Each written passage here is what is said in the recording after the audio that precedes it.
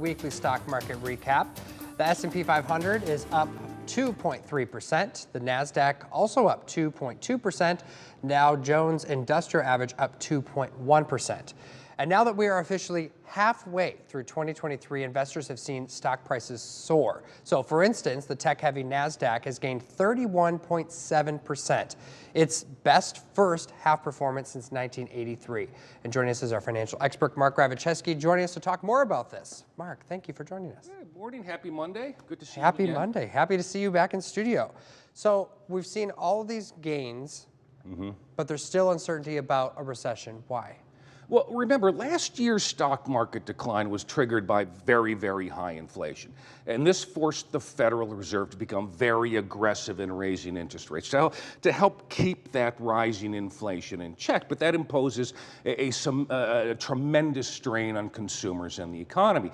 But the catalyst for this current stock market rally is really from the realization that the worst of this inflation is likely behind us, and thus the Federal Reserve won't have to be as aggressive in raising interest rates.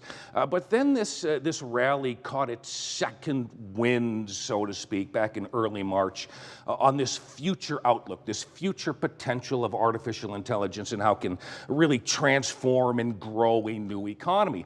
As you mentioned, during the first 6 months of the year, the S&P 500 up 15.9%. The tech-heavy NASDAQ, David, that's where a lot of those artificial intelligence companies, where they have their stock listed, up 31.7%, its best first half performance since 1983. Dow Jones Industrial Average lagging a little bit behind here, up 3.9%. But in my opinion, David, there's still a number of concerns out there investors kind of have to keep their eyes open to. First, despite these tremendous gains, we still have a ways to go until we return to those all-time record highs we had that were set back in the early days of January 2022. For example, that NASDAQ still is down 14.1% from its all-time record high.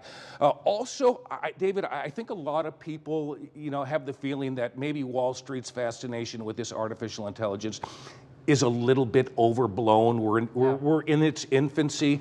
And finally, and maybe most importantly, we still have high inflation, rising interest rates, and a very cloudy outlook for the U.S. economy. And despite all that, there are still things that many of us need to be spending money on. Yep. It's summer, weddings. It's wedding season. It is wedding The average wedding cost $30,000. A lot more than mine. We just went to the courthouse. Anyway, so how should people be preparing for this? Well, first recommendation, set a budget and really try to stick to it. The last thing you want to do to start your married life is to incur a mountain of debt because of this wedding. Also understand, David, where the bulk of those wedding costs come from. This graph here shows the top 5 costs typically associated with a wedding. The venue, where you have your wedding, where you have your wedding reception, typically accounts for about 37% of your total wedding budget. Catering, about 29%.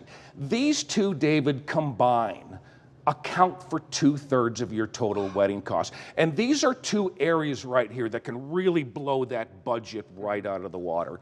Also, I would recommend, keeping a detailed record of your expected wedding costs. Use an Excel spreadsheet if you have to make sure you're really staying in line with that budget. And also, maybe most simply, ask for cash as a wedding gift. Yeah. Well, and that is a very popular gift to give. So it is. What's the general rule of thumb when it comes to giving that as a gift? Experts say, there's no hard and fast rule on how much money you should give as a cash wedding gift. The general guideline, anywhere between $100, $500. The national average, on average, people give about $160 as cash as a wedding gift.